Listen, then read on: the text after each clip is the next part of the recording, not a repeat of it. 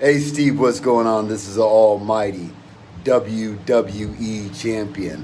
Hey man, I heard you had this new YouTube channel, Hill Stevens. I just want to give you a shout out. I'm going to go check it out. And I think everybody else needs to make sure to tune into Around the Point, because we've been contracted. And if you don't tune in, you're going to get some business from the Herb business. Well. What is up, ladies and gentlemen? Good morning to you all. Good afternoon, wherever the fuck you're at right now. This is another live installment of Around the Point here live on YouTube.com. Thank you all for tuning in. It is Saturday, June 5th, 2021. It is 11:07 a.m. Eastern Standard Time. I want to thank you all, depending wherever the fuck you're at right now, for tuning in, whether it's live here, if not on the playback. And as you can see, yes, I am using the old OBS, the old OBS overlay here. So there's a way to actually put this into StreamYard. I found out through the virtual camera. That's basically what I'm using to get this happening, if you will. One of my goals now is to get the guys in eventually. So yeah, today I'm going solo, just for the record. You guys are kicking ass in the chat. We got Jason Campbell in the chat. What is up, Jason? Silva Surfer writes here, good morning, Mother Flower. Good morning to you, Mother Flower. And Steven, where's your eggs and bacon? No eggs and bacon today. Today I had empanada at my other job, so there's that. Yeah, but there's a reason why I'm doing this today, because tomorrow as you guys may know, and I know Silver Surfer is going to ask this question. Yes, tomorrow is Logan Paul versus Floyd Mayweather. And we will be doing a live reaction to the fight. It's going to happen. Our live reaction, we're going to watch the fight and react to the entire event. So there's that. I'm not happy that I'm forking over $50, but hey, you got to do what you got to do. So that's going to happen tomorrow. And again, I'm not trying to do 2 shows. No, I'm not doing that. So fuck this. We're doing this today. A couple things I want to get into that I probably didn't talk about this past week. Yes, in case you guys don't know, this past, when was it? I think it was Wednesday or Tuesday. Yeah, it had to be on a Wednesday. We all went live. Myself, Walter, Mike, and Chase. In case you guys, remembered, there were these releases that came out, and we went live for like about 30 something minutes, and I had to end the stream early because I had to go somewhere. So to make this shit quick, I am moving to a new house in a couple of weeks. This past Wednesday, I went to sign the lease forms that I had to sign. So there's that. I'm in the process of moving, and I'm not gonna lie to you guys.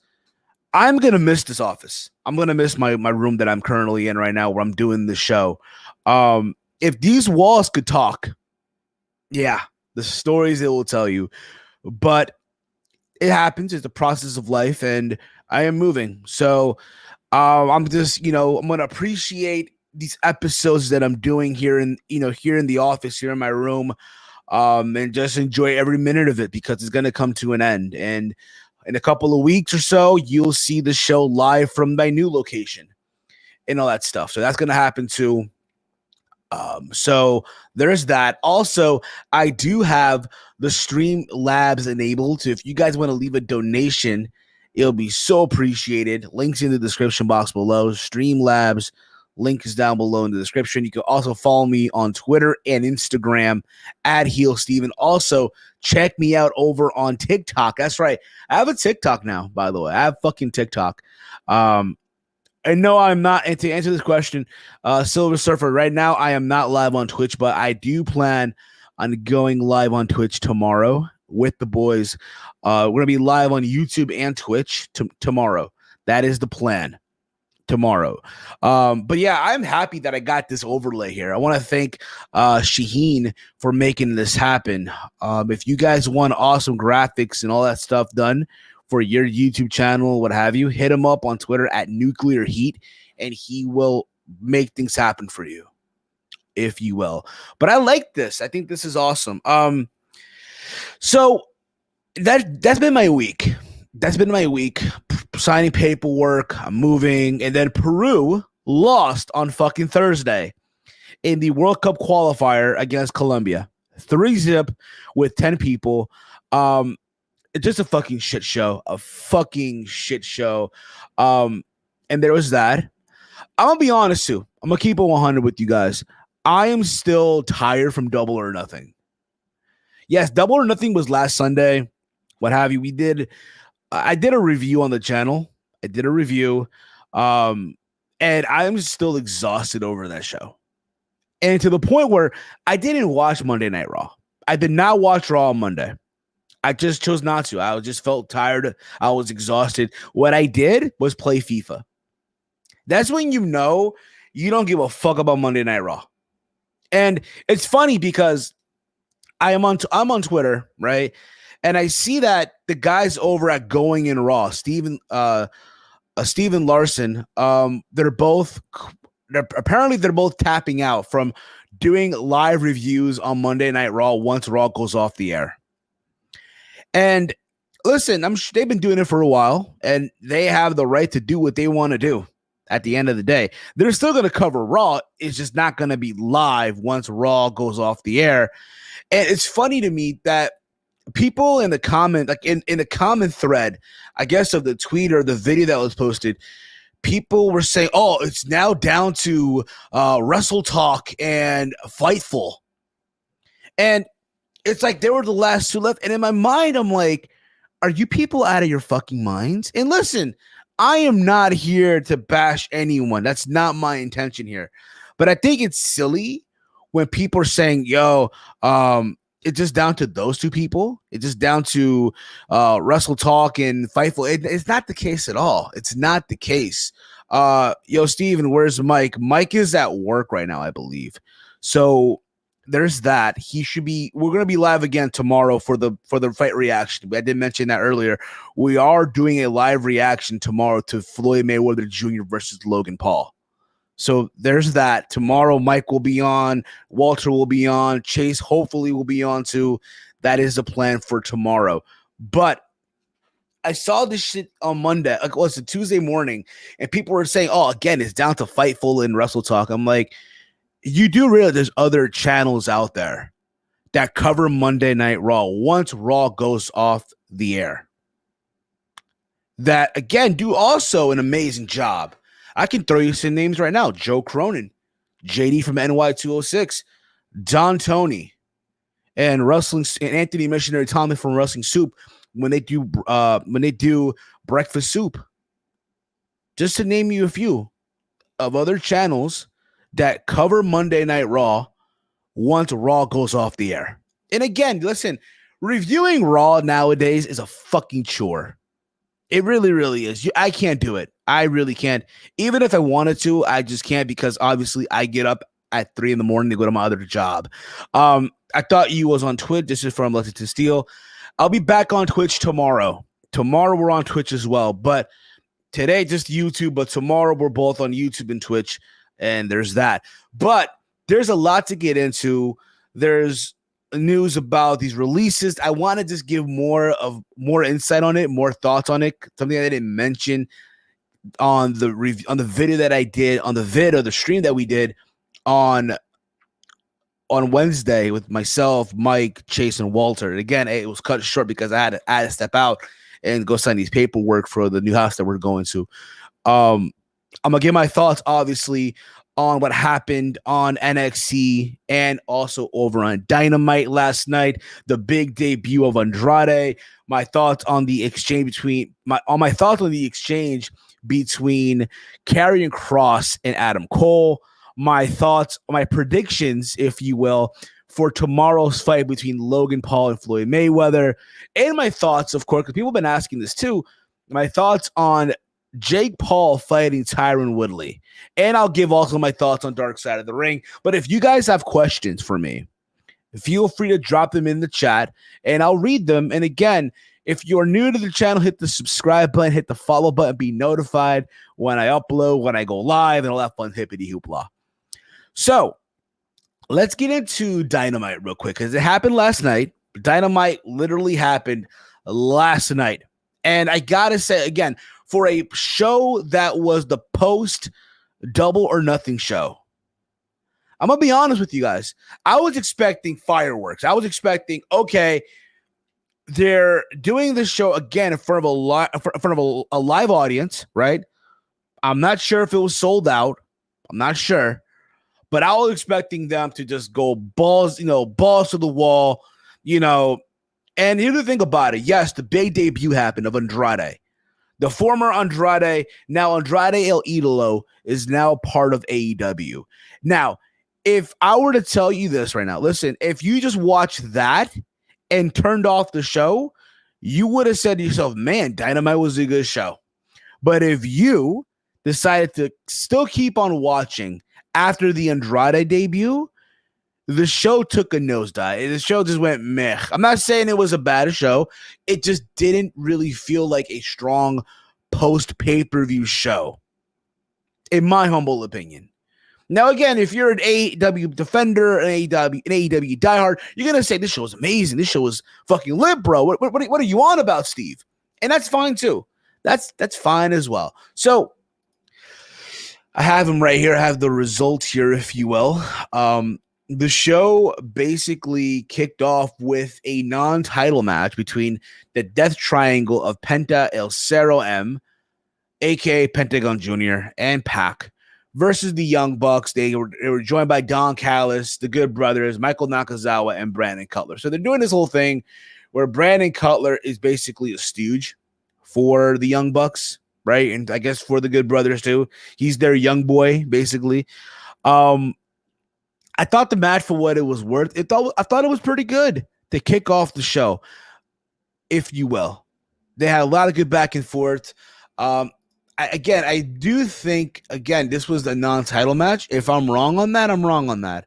But if you guys remember, on Sunday, both the Bucks defended the tag title successfully against Moxley and Eddie Kingston, and Moxley wasn't there.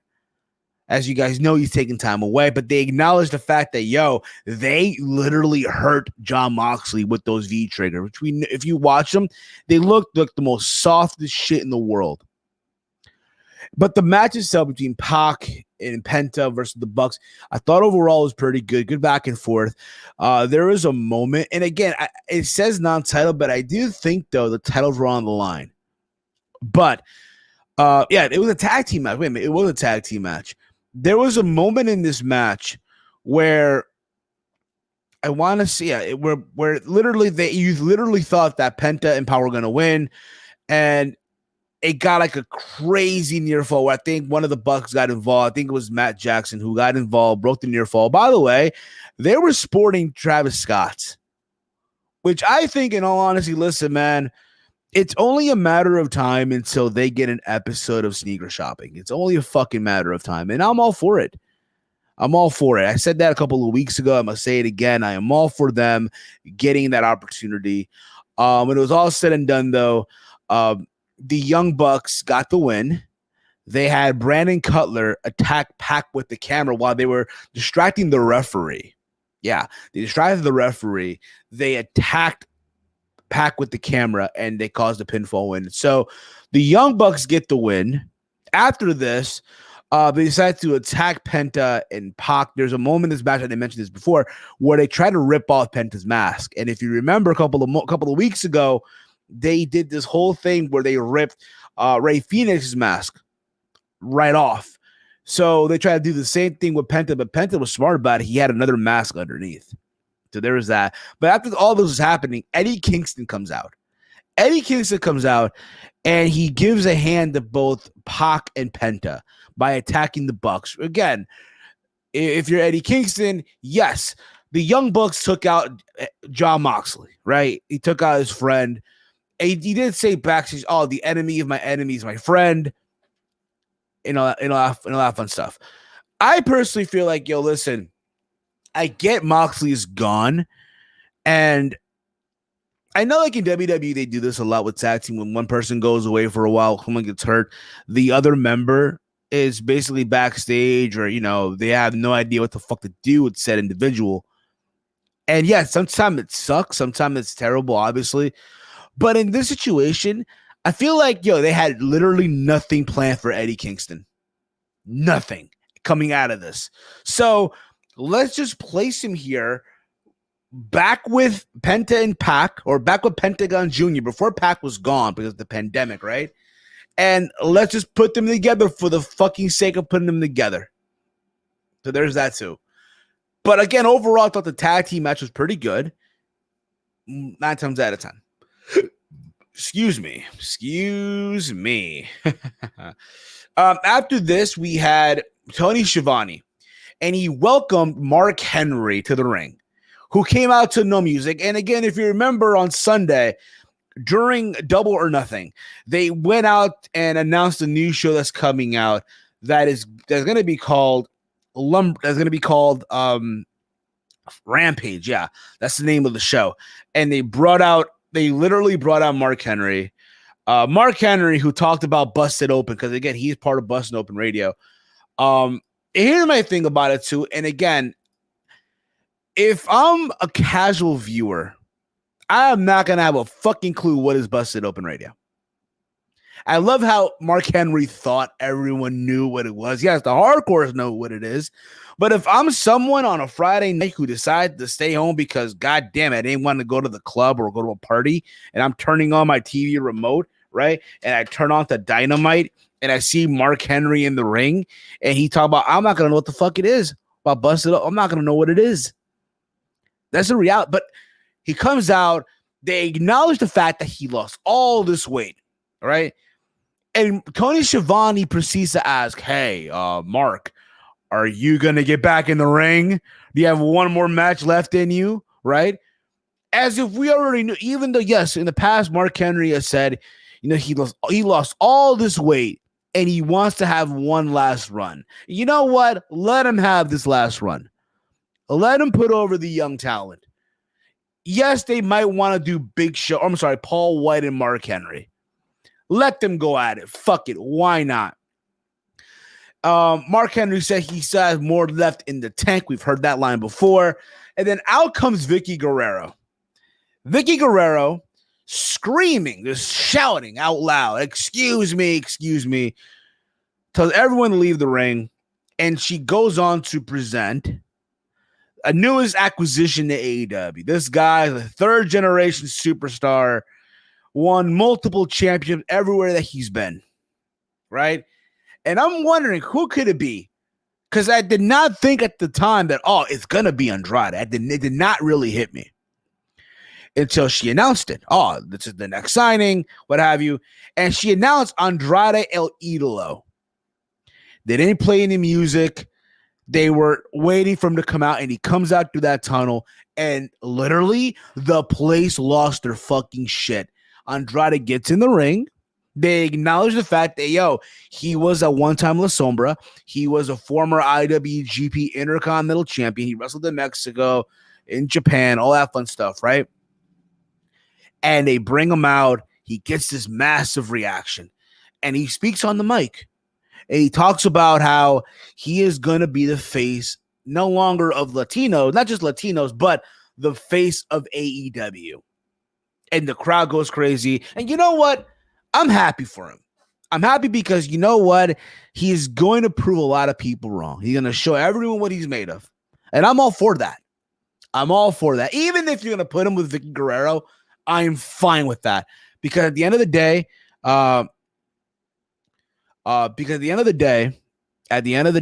you know what?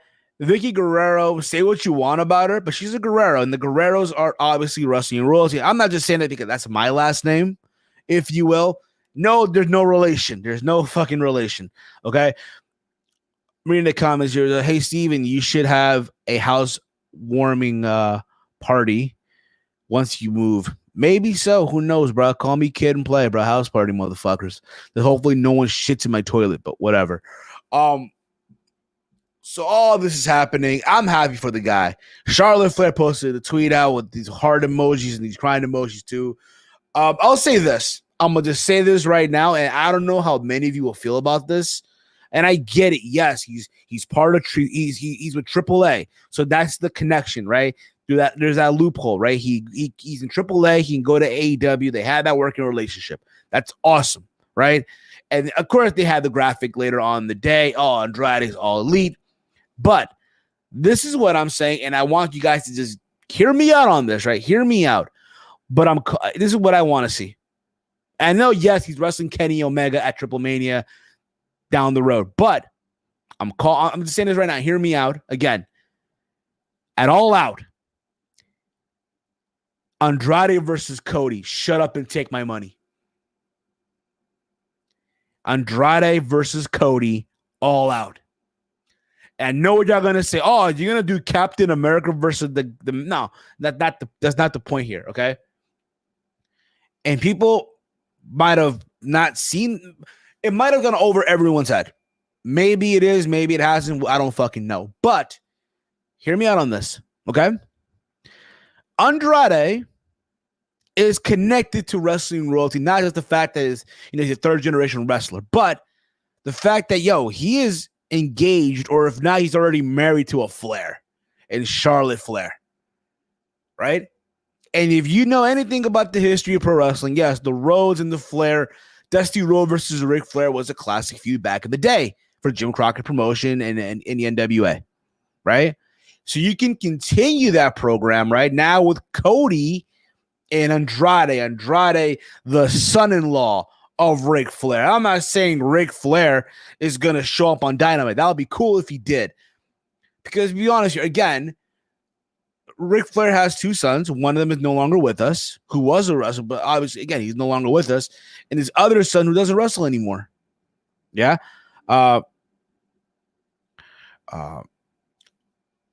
Steven, don't forget to wear your Under Armour for the Logan Paul versus Mayweather. Maybe so. Might come out of Nike, bro. Might be wearing some Nike that day.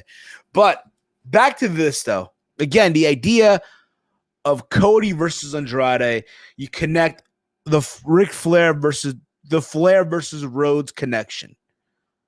Here's Andrade, the son-in-law of Ric Flair. They're gonna tell you, yeah, they're gonna mention it, but you build to it. Again, he wants to be the face of AEW. He wants to be the guy. And yes, he's going to have these matches with Kenny Omega, obviously, at Triple Mania, right?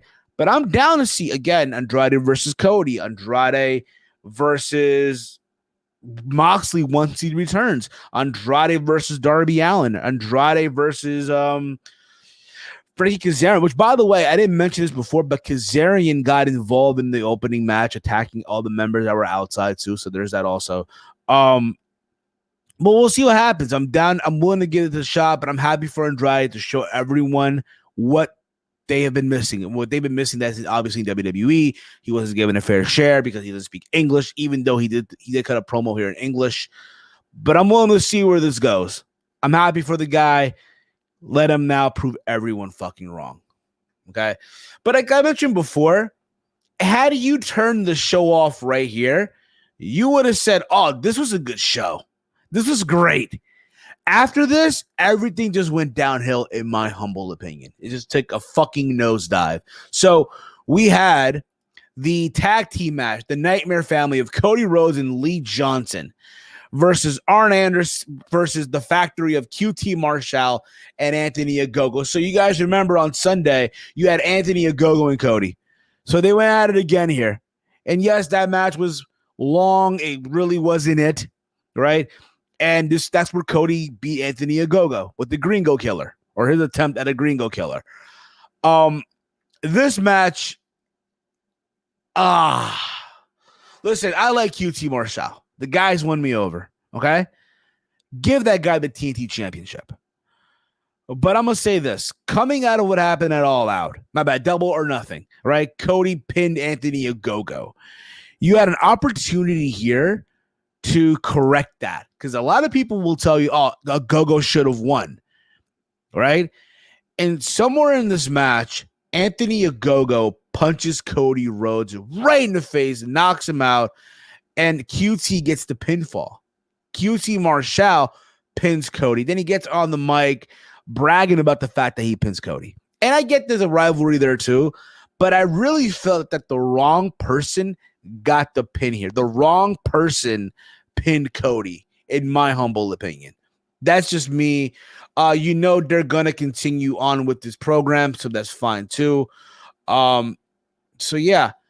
Like I mentioned before, QT said he shocked the world, like he said he would, and all that fun stuff. We get highlights from Stadium Stampede 2, right? From between the Inner Circle and the Pinnacle. This is the part that I laughed the most. So they're showing the highlights of everything that happened, right? The other thing about it, too, I rewatched Stadium Stampede the other day. I rewatched it. I was stoned, right? And I got to say, I enjoyed it the second time watching. I did not really enjoy it the first time, but hey, it is what it is. So they show these highlights of Stadium Stampede, and in the highlight package, they show people watching it on the fucking screen. Bruh, whoever did the video needs to be fired just for showing that. I'm sorry. Hell fucking no. Hell to the no. So there's that too. Where was I here? Where the fuck was I? So we had the Inner Circle come out, right? We had the Inner Circle come out. And they're all coming out. Sami talks about doing the 630 splash off his mom's garage roof. And now he closed the show at Double or Nothing. And he was in doing it, he kept the group together. They all hug in the ring. But Santana said they still didn't accomplish what they want because the Pinnacle is still around in AEW. He says the real accomplishment would be having them laying in a ditch somewhere. Santana says FTR tried to end he and Ortiz's career and that he doesn't sit right with him. He said the inner circle, right? Pinnacle shit is far from over. Jake Hager after this, right, proceeds to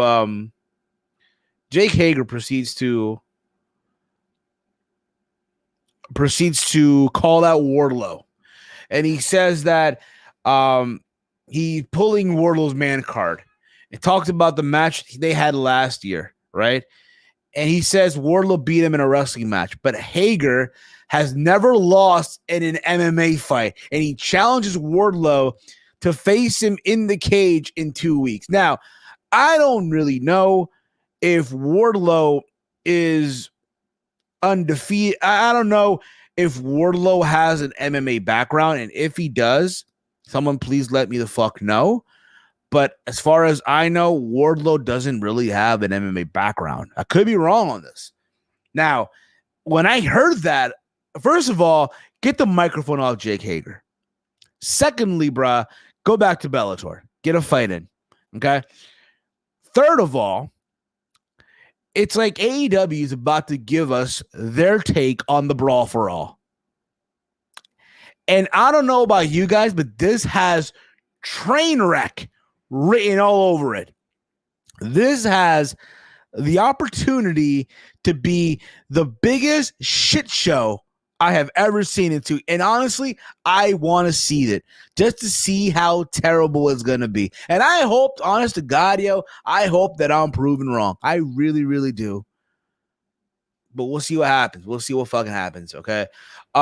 After this, Jericho says the war between the two groups is not over. And he said that MJF tried to end his career, and he thinks about that moment every single day. Jericho says he has to settle the score, and the beating the hell out of them at CMCMP wasn't enough. Jericho says he won't be enough until he ends MJF's career the way he tried to end Jericho's career.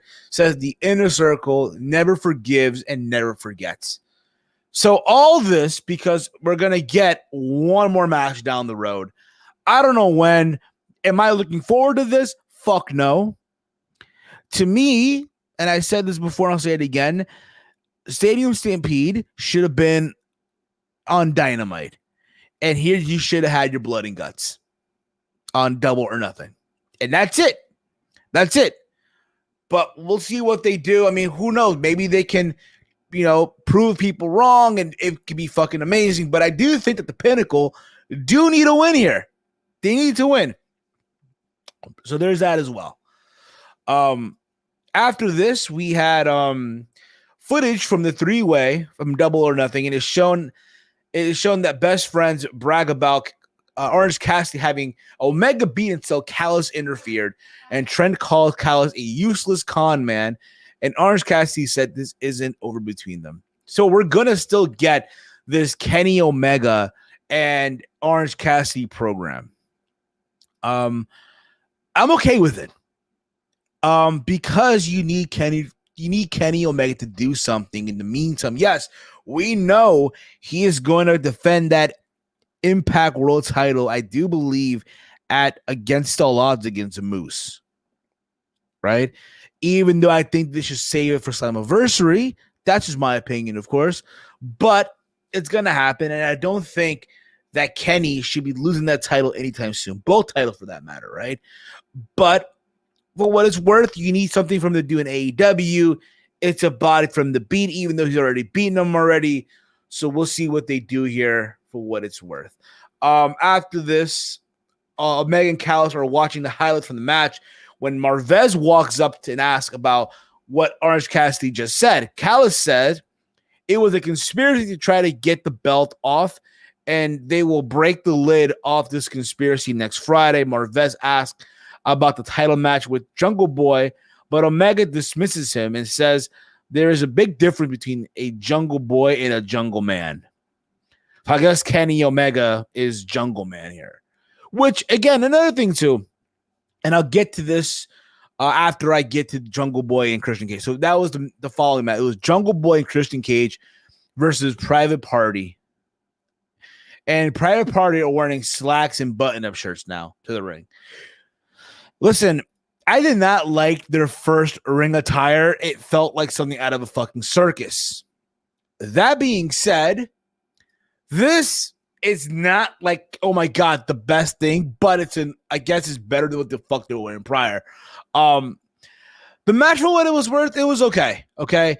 Jungle Boy and Christian worked together on Isaiah Cassidy in the early going, but Quinn catches Jungle Boy with the jawbreaker to put Private Party in control. Jungle Boy hits a double springboard arm drag on Private Party, and they retreat to the floor. Jungle Boy goes to the top, but Cassidy grabs his foot, allowing Quinn to hit a drop kick in midair as Jungle Boy dove off the top.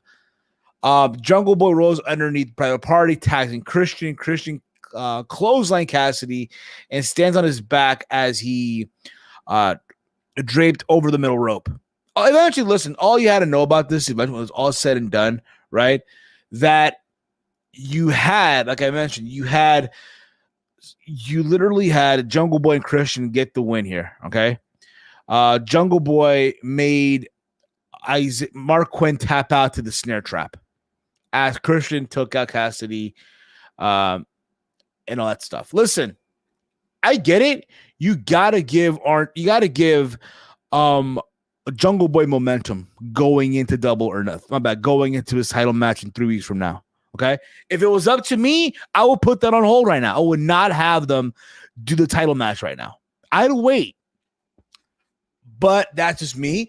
I would want to give Jungle Boy some momentum. Yes, I did say Orange Cassidy, but at the same time, if I'm AEW, and I know, again, I said this in my Double or Nothing review regarding Jungle Boy, and I get it, AEW's for the hardcore fan base, that's fine.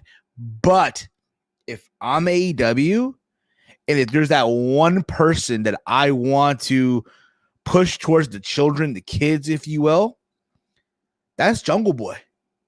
They have an opportunity to really do something with this guy, and I really hope they don't drop the ball on this one. Again, with Jungle Boy, it's a matter of we're going to push you, we're going to stop, we're going to push you again, and we'll stop. And I hope this is not the case. Now, if you notice at the end of the match, Jungle Boy and Christian, again, they embraced, they hugged. I really feel that come 3 weeks from now, so it's going to be on a Saturday, right? The day before my birthday. I do believe Christian Cage will cost Jungle Boy the AEW World Championship. I do think we're going to get the heel turn. They're going to milk it for as long as they can until it happens, where Christian Cage will talk about, it should have been me, outwork everyone, this and that, okay? And we're going to get a Christian Cage and Jungle Boy program for the fucking sake of just getting a program. But what I hope it does, it helps elevate Jungle Boy. Because again, like I mentioned before, they have something in Jungle Boy, and they better not fuck this shit up. At the end, Matt Hardy attacked Christian Cage from behind with a twist of fate on the ramp. We also had backstage, you had what's it called? You had Taz talk about Cage and Page match from Double or Nothing. Says Page got one over on them, but they already had one over on Page. You guys remember a couple of weeks ago, Brian Cage had a win over Adam Page. He says next week he's going to pick a partner of his own to face Hobbs and Cage next week. As an annoyed Star just walked away. I don't know if you caught that or not. And Taz said they're going to tear through Page and the Dark Order. So there is that too. We go back to the ring, and Tony Schiavone calls Sting to the ring, and he makes his way down alongside with Darby Allin. Sting calls Double or Nothing a night he'll never forget. He says that that night stands up to anything else he's done in wrestling, as the fans chant, "You still got it." After this, for whatever reason, we get Scorpio Sky and Ethan Page. They appear on the screen, and they mockingly applaud them both. Skies basically said that Sting was incredible at the pay-per-view, and now he knows why Sting is called the icon.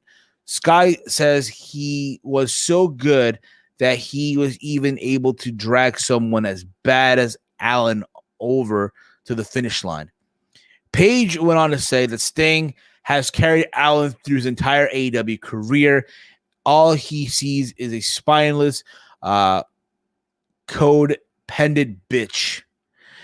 And they challenge Allen to find any partner other than Sting and see if he can prove them wrong. Now, in this situation, if it was up to me, I would put Aleister Black or Tommy End. However, I'm pretty sure the guy has a 90-day no-compete clause. So we'll see who they bring in to, I guess, challenge challenge Ethan Page and Scorpio Sky. We'll see what happens.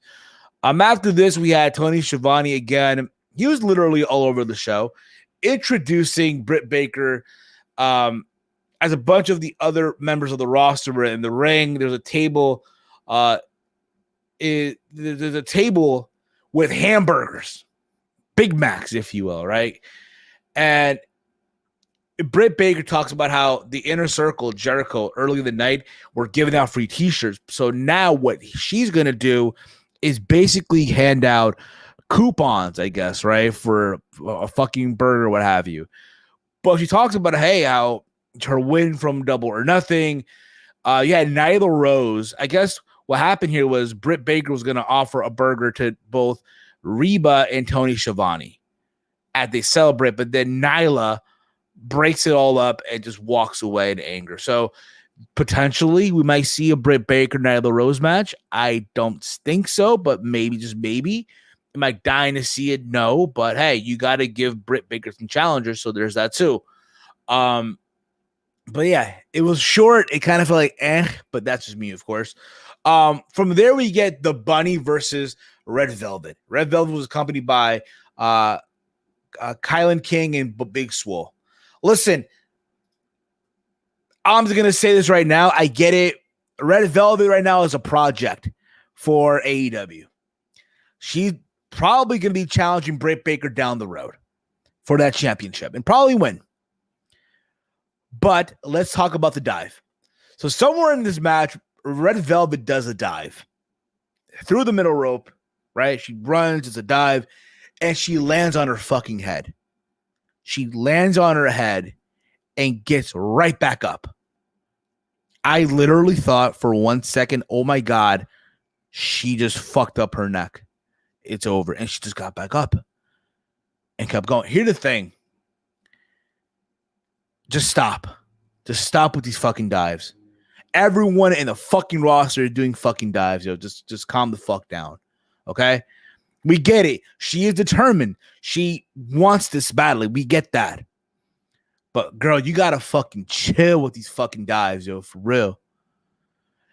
Eventually, yes, when it was all said and done, Red Velvet did get the win, as expected, because again, they're building her, they're pushing her, you know what I'm saying? So she got the win. Red Velvet got the win here with just desserts for the 1, 2, 3.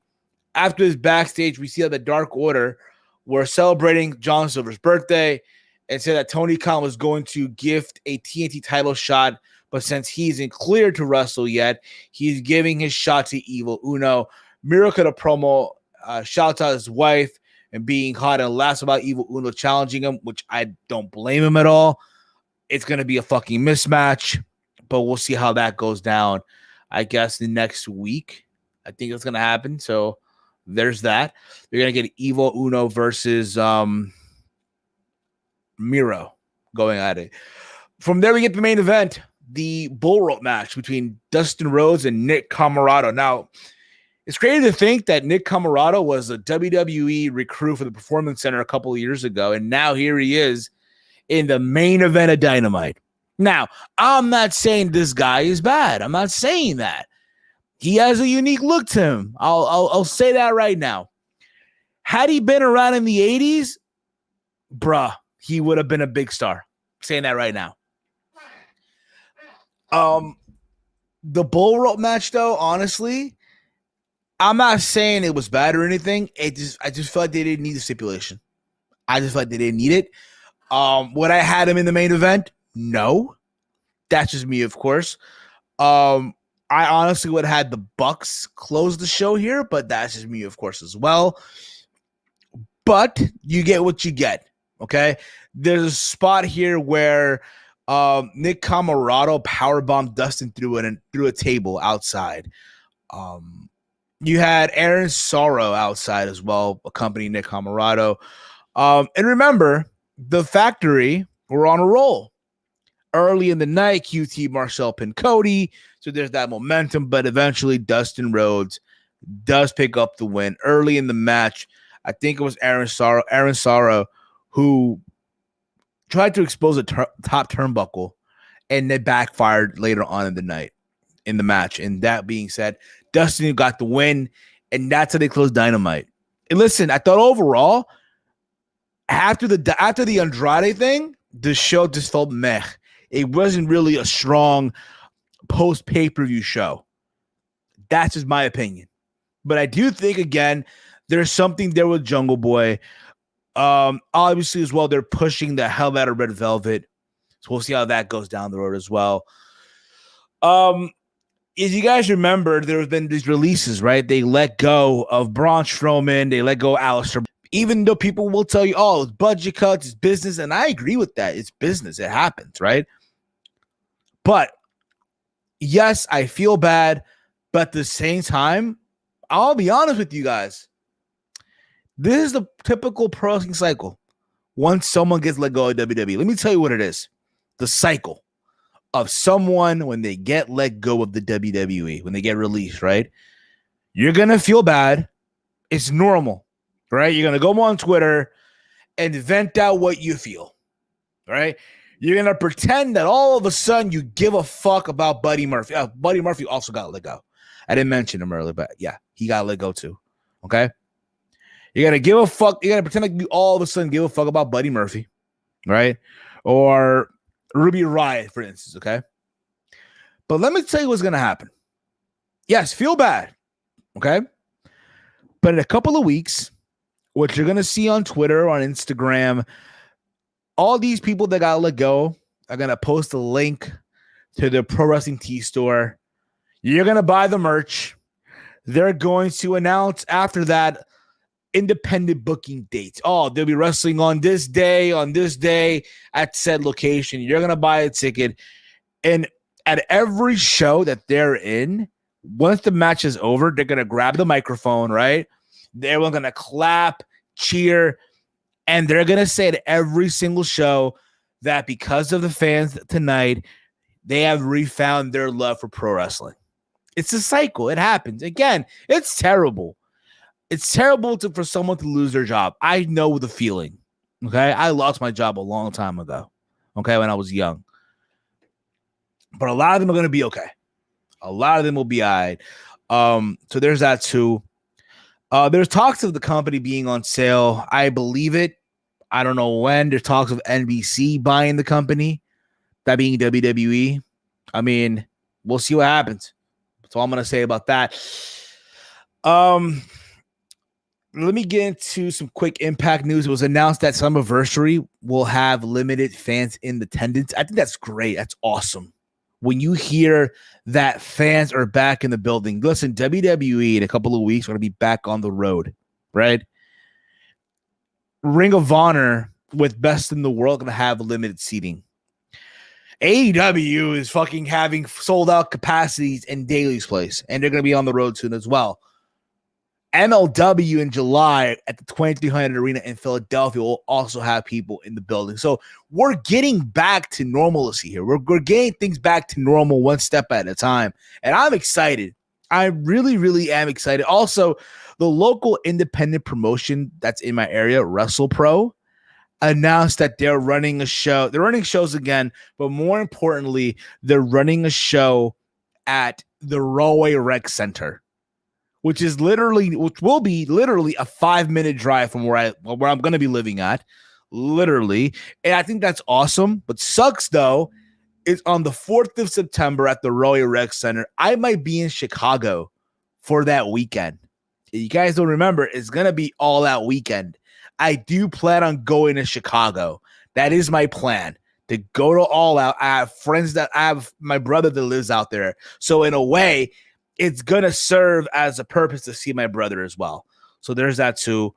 But that's my plan. We'll see how things go. But I'm happy, yo. Things are getting back to normal. Literally yesterday, Governor Murphy here in Jersey has lifted the state of emergency thing. So I'm happy, bro. I'm excited. Let's get things popping, if you will. NXT was also on Tuesday night. I did watch NXT.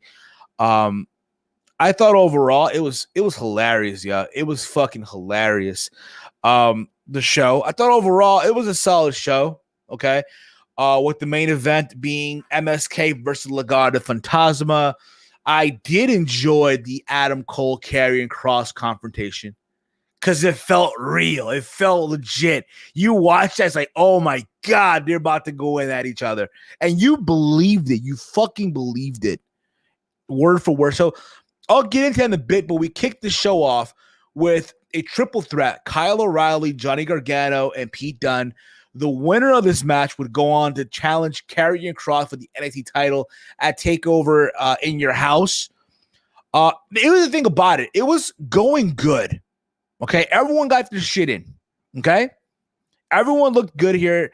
I was saying to myself, okay, Adam. Okay. I was saying to myself here, Kyle O'Reilly already had 2 matches for the championship, right? And he lost. Okay. Pete Dunne lost to Finn Balor. Okay, and I feel like you're building him up for something big down the road. My thing is, the winner was going to be Johnny Gargano. That's what I thought. I thought Gargano was going to win, right? If you remember, there's that thing with the way, and I think what Kross took out Austin Theory. So there's that also, right? And again, the match was going good, right? And then Adam Cole got involved and took out all 3 guys. Ended in no contest. Mind you, it's a fucking triple threat. No disqualifications. But it ends in a fucking no contest. So then William Regal comes out and he escorts Adam Cole out of the ring. Escorts him out of the building. So it seems like, right? And there was that. I mean, I didn't like it. I did not like that. But it made sense what happened later on in the show. After this, while all happening, Ember Moon walks out and she calls out Raquel Gonzalez. Ember Moon called out Big Mommy Cool. I love the fact that they're referencing Raquel Gonzalez as the female Hispanic Diesel. Okay, and got even more than she bargained for. Though Moon held her ground against obviously Raquel Gonzalez and even sent her tumbling out of the ring, Dakota Kai used the opportunity to attack Ember Moon from behind and deliver a massive kick to the face. So you already know you're going to get Raquel Gonzalez versus Ember Moon at TakeOver. It's going to happen, right? Again, you need people for Raquel Gonzalez to beat. And people with name, people that are and again, Ember Moon's a former champion in her own right. It's going to be a fun match. I believe that. But I think at the end of it all, when it's all said and done, Raquel Gonzalez does pick up the W. From there, we had Jake Atlas. Jake Atlas versus LA Knight. As you guys remember, LA Knight's in this program trying to impress Ted DiBiase. Apparently, he was accompanied by Ted DiBiase, the $1 Million Man, WWE Hall of Famer. And he was trying to impress him so badly, at every single way he could. And this led to Cameron Grimes coming out and distract LA Knight, which caused Jake Atlas to hit the cartwheel DDT for the 1-2-3. They're having a match at TakeOver. LA Knight and Cameron Grimes, I guess for the services of Ted DiBiase. It's even been reported that it might even be for the $1 Million Championship. Does it need the championship? No, because I don't think Ted is going to be there every single week at Full Sail or at the Performance Center or the CWC. I don't see it happening, but I could be wrong on that. I could be fucking wrong. But again, it's something for them to do. I even said this earlier, when we had that whole confrontation last couple of weeks ago with Grimes and DiBiase and Knight came out. What if they made them a tag team? Just saying, a makeshift tag team. It could work, but okay, it is what it is. We then had Adam Cole coming out, right? Again, made his way to the ring. This time drawing his presence to NXT champion Karrion Kross. Regal also joined the two superstars, attempting to snuff what was described as Cole's attempt to weasel his way into a title opportunity. It's funny because, again, they're going back and forth, right? And Karrion Kross just calls him little man. Little man. I started dying when he called him little man. I swear to God, I'm about to start calling people that. Little man. Whenever I see them in show, it's over. Little man. And you already know that Adam Cole does not like to be called little. You know that if you've seen the interview that he did with Pat McAfee leading up to TakeOver 30, right? It bothers him. It bothers him and shit, right? I remember seeing this meme back in 2019 when Adam Cole was NXT champion.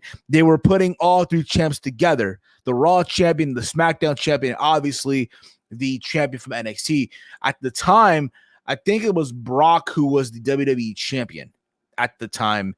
I think at the time also Bray Wyatt was the Universal champion. And they had, I think they obviously The Fiend.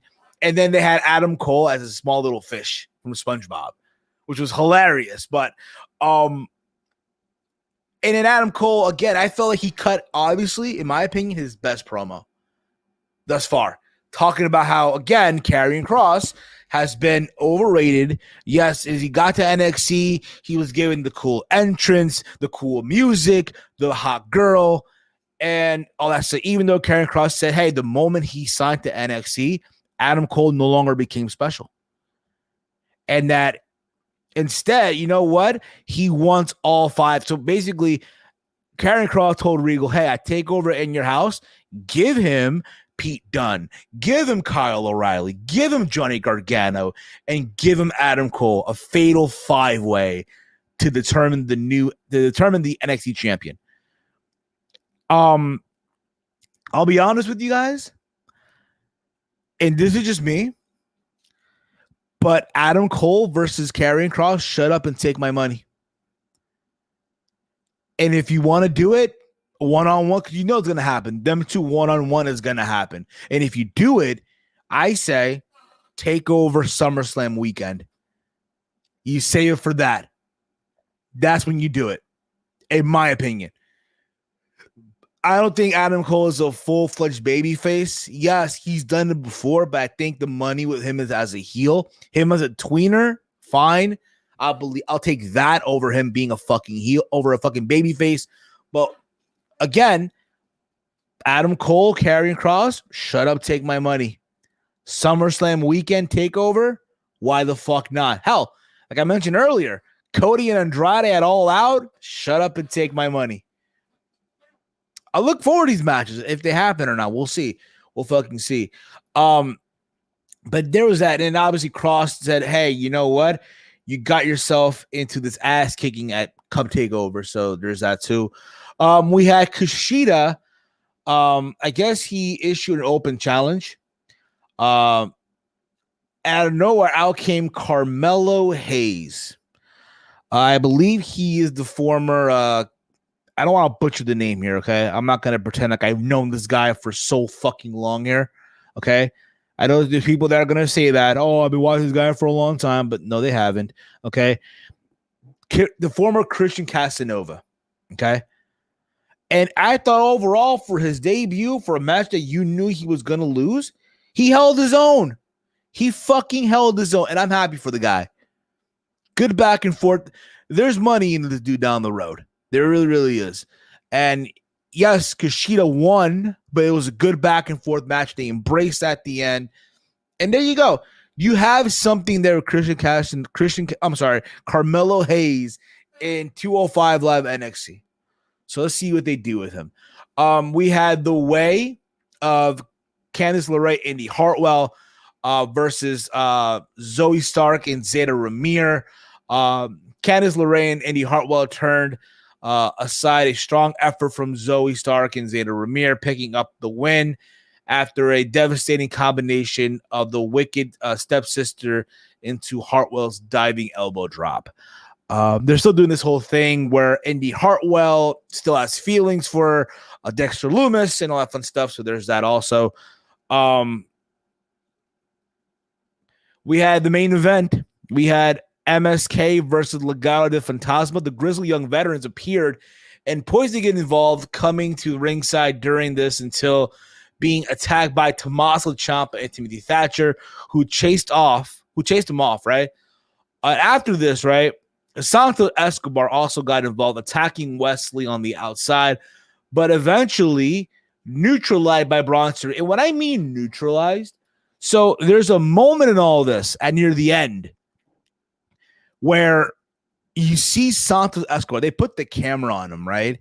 And the next thing you see showing up on your television screen is Bronson Reed just jumping, literally doing a fucking splash onto Santos Escobar, distracting both Raul Mendoza and Joaquin Wilde, which got MSK the fucking win. And there was that. And it was one of those things where MSK turned the tides inside the rope, hitting their pattern combination spine buster, blockbuster to retain the tag team titles. And again, I thought the main event was good. I thought Adam Cole and Karrion Kross going back and forth. Shut up and take my fucking money, like I said before. And not for nothing, yes, they're building up TakeOver in Your House as they should. And I look forward to seeing it. I look forward to seeing the show and all that fun stuff. They did announce that next week Pape will show up. So there's that too. Whoop-de-fucking-do. So with all that being said, I do want to cover something real quick. Yeah, Dark Side of the Ring. I did watch the Grizzly Smith episode. Now listen, I'm not going to go in depth with these reviews. If you really want to see a good in-depth review of Dark Side of the Ring Grizzly Smith, check out True Heel Heat. Check out SB3 and Stat King. They did a review on it. It was fucking amazing. I'll say this though, out of the entire Dark Side of the Ring, yes, I said this on Twitter, my top 3 is obviously the Chris Benoit one is number 1. Number 2 is the Owen Hart part 1 and 2. And number 3 is Grizzly Smith. When you literally talk about Dark Side of the Ring and what it's supposed to represent, look no further than the Grizzly Smith episode. The true definition of what that show is supposed to be about. They interviewed, obviously, Jake Robert, his sister, Rockin' Robin. They also interviewed one of the brothers of Jake Roberts.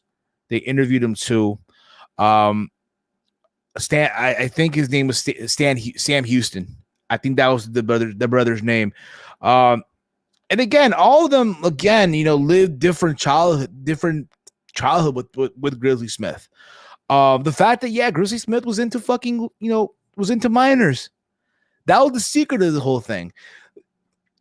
Sam Houston was married to Baby Doll, and Baby Doll is interviewed in this as well.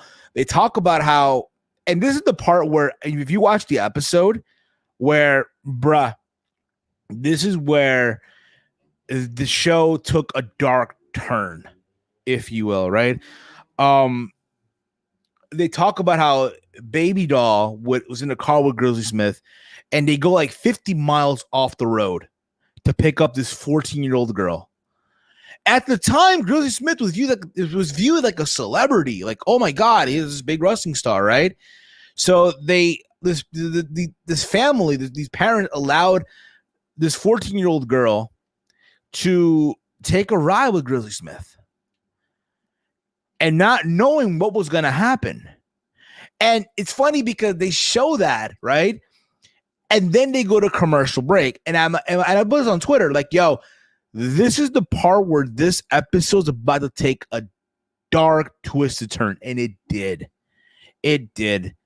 They interviewed, obviously, Jake Roberts. He talked about how he has, his real name is Arlen Smith Jr., and now he's locked that person away since he was 12 years old. Because again, it's easy for him to be Jake Roberts. We all know who Jake Roberts is, right? But Arlen Smith, again, in his mind, is gone. It's no longer there, right? Again, I'm not going to give you guys a full in-depth review.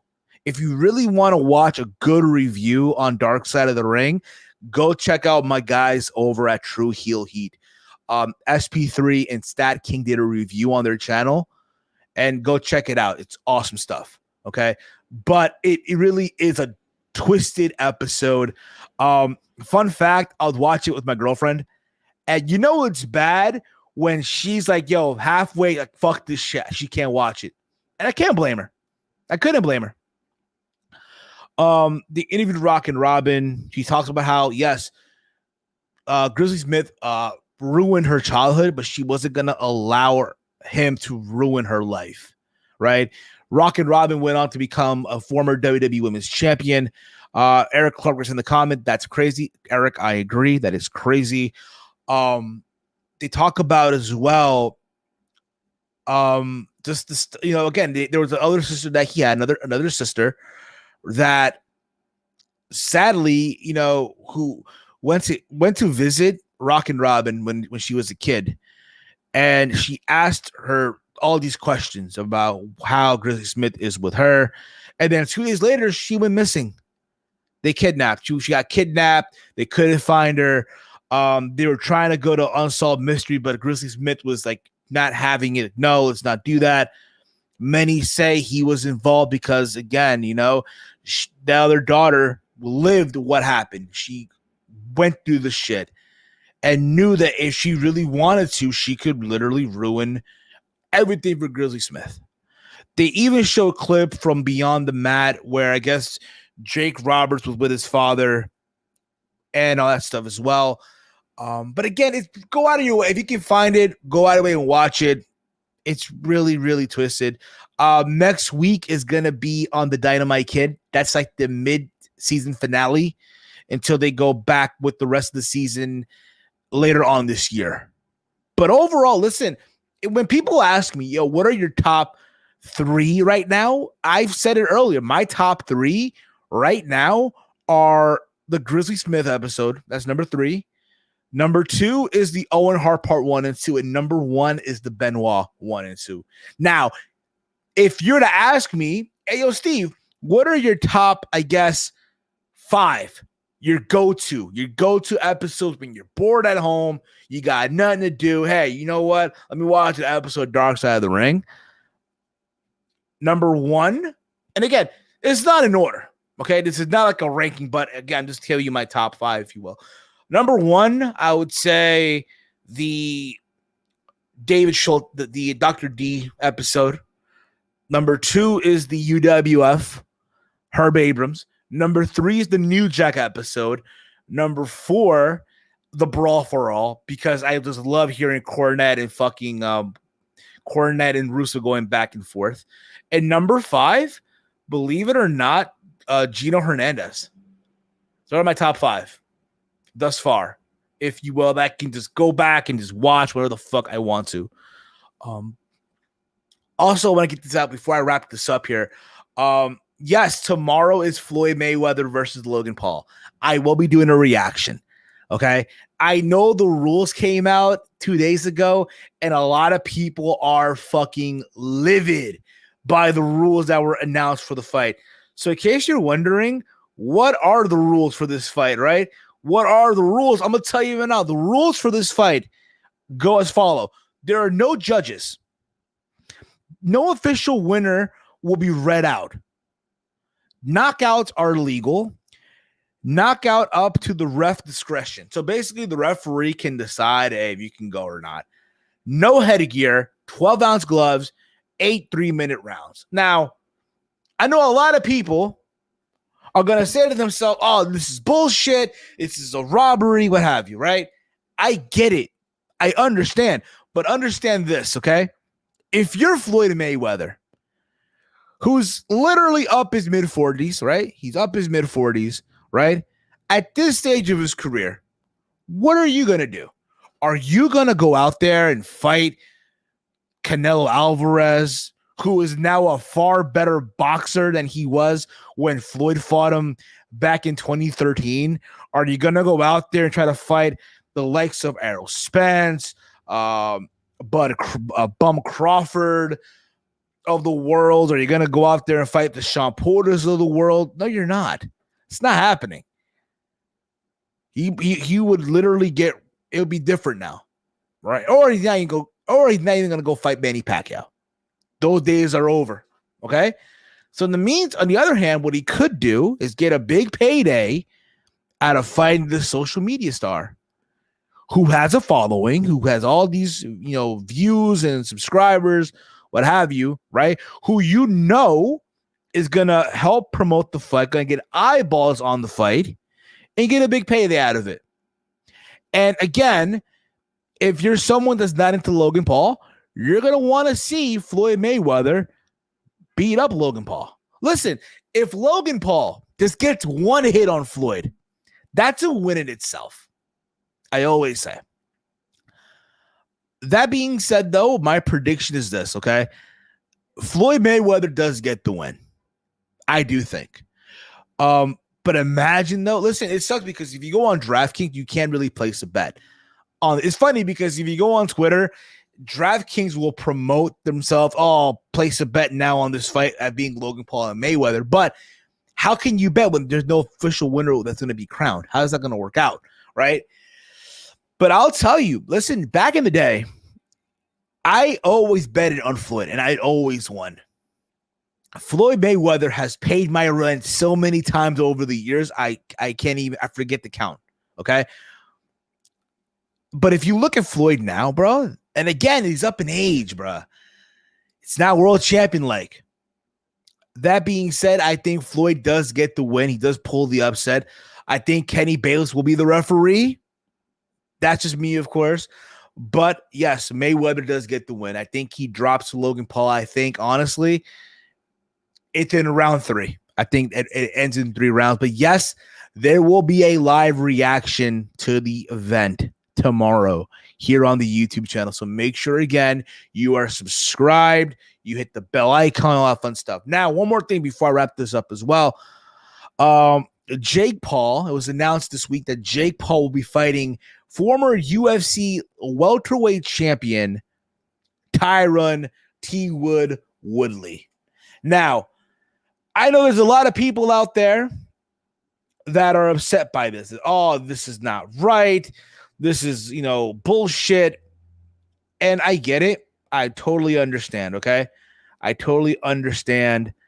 I'm still not 100% sold on Andrade by Polar Family. That's fine. No, it is what it is. But I think at the end of the day, he's finally going to show he has an opportunity to show people. Let me correct myself here, okay? He has an opportunity to show people what the other company missed. Depending how you feel about him, but it is what it is, okay? But I know a lot of people who are upset that, oh my God, Jake Paul, right? He's supposed to be this boxer now, right? That's what he's coming off as. He signed with Showtime. So if you're Triller, it's over for Triller, right? But he is now, he is now a MMA fighter, right? My bad. He's fighting now Tyron Woodley. And I get it. People want to see Jake Paul fight now a legit boxer, right? But people forget Jake Paul is right now, he's an undefeated fighter, right? He is 3-0.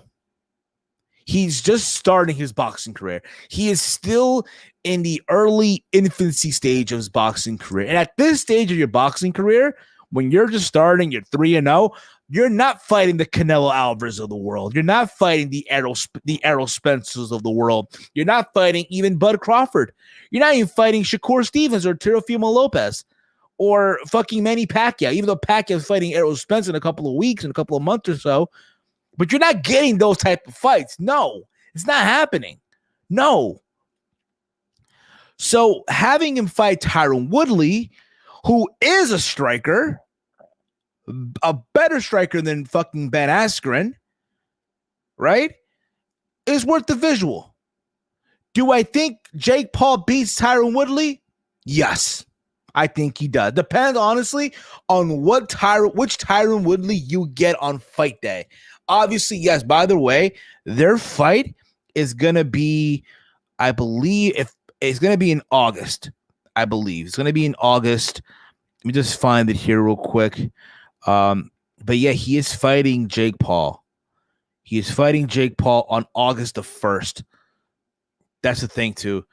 On Showtime. On fucking Showtime. But you have to think about it, too. You got to think about this also. Tyron Woodley lost his 4 recent fights. And it's not like he lost to bums.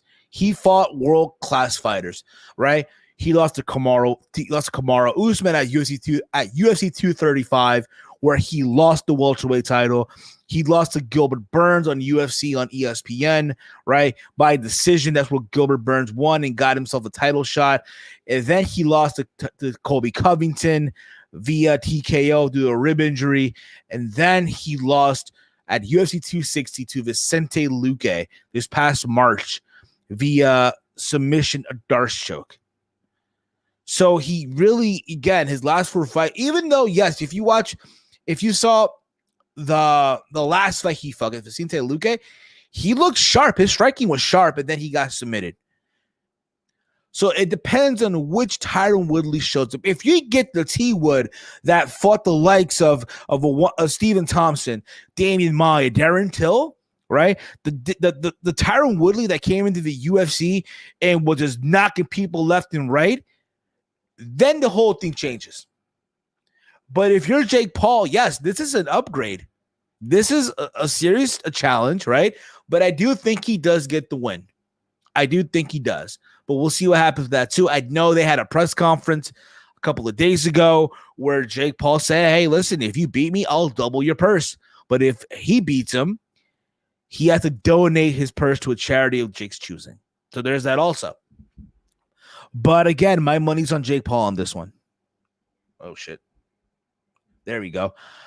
Hopefully you guys will be able to hear me on that one. I don't know. But my money's on Jake Paul on this one. So we'll see what happens with that as well as we get to the fight and stuff. I just mentioned again, I'm going to say it again for the sake of just saying it again. Depending which version of Tyron Woodley we get, that tells you whether he wins or not. I don't think it happens. I think Jake Paul does get the win. Tyron Woodley's coming off 4 losses, right? He lost to Kamaru Usman where he lost his title. He lost to Gilbert Burns. He lost to Colby Covington. And then he lost to Vicente Luque. So it depends really which one we get. But that being said, guys, I'm going to wrap things up here. I want to thank you all for tuning in. Eric Clark, Lexington Steele, Silva Surfer, Jason, all you guys, and all of you also that are watching on the playback, I thank you all again for tuning in. If you are new to the channel, hit the subscribe button down below. Give the video a big old thumbs up. Share it through social media. Follow me on Twitter and Instagram at HeelSteven. All right? A lot of fun stuff. And I'll be back tomorrow when we do a live reaction to Jake Paul versus Logan Paul. My bad. Logan Paul versus Floyd Mayweather. Holy shit. That's the plan for tomorrow. Tune in for that. And with that being said, guys, I am Steve, and this has been another installment of Around the Point. I'll see you guys next time. Peace out, everybody. Take care.